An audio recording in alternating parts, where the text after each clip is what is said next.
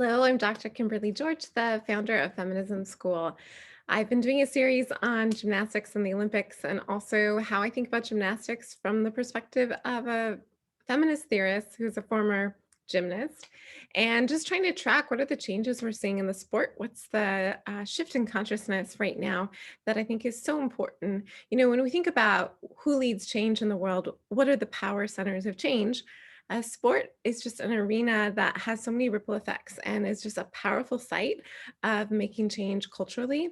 And I've always been committed to thinking about athletics as a place where we work out a lot of the changes in our society. And of course, that's a burden for the athletes who have to lead that change. They didn't sign up for that work, but it is something to see and acknowledge. And for me as a feminist theorist to talk about, actually have a book on the NFL as another arena of cultural change.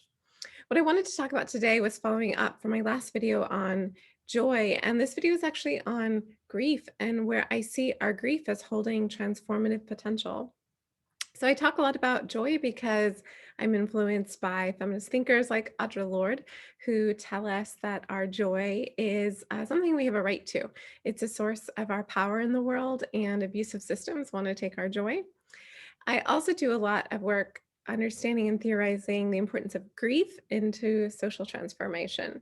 What I'm seeing a lot right now, especially in community of former gymnasts, is what it's like to start to grieve all of those things we were never allowed to grieve because a system of abuse was normalized. And I think for some of us, and I'll put myself in this category, who had to quit competitive gymnastics when we were 12, 13 years old, um, and the loss of not really getting to unfurl in the ways we wanted to because we were super injured as children, and then recognizing that was a system of abusive power that led to that experience and all the forms of minimization of our voice.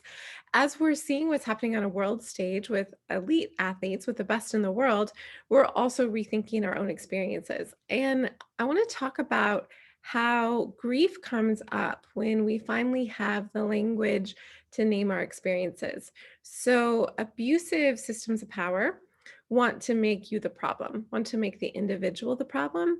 But what we do when we're doing feminist theory is we look at the structures, we look at the systems. And that's one of the real gifts of any feminist theory of analysis is you're looking at intersections in the system, but you realize that the system is shaping the environment and we're having experiences in that system.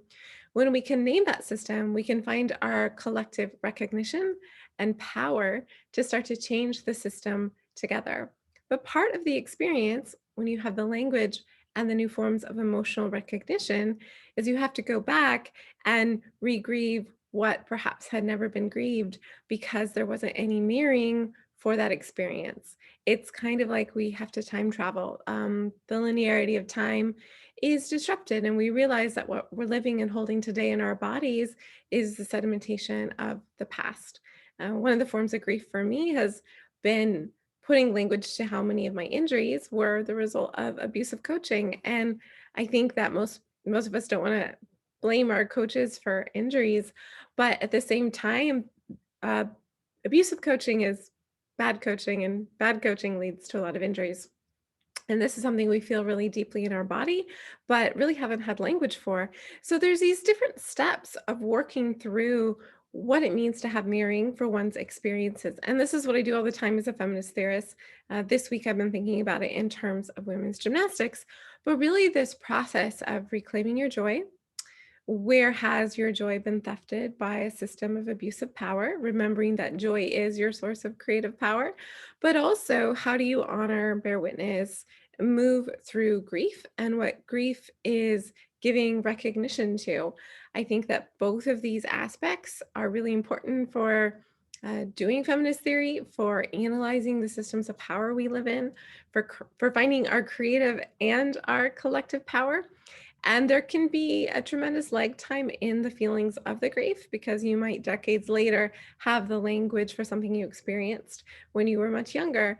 And yet that grief still needs to be honored and moved through.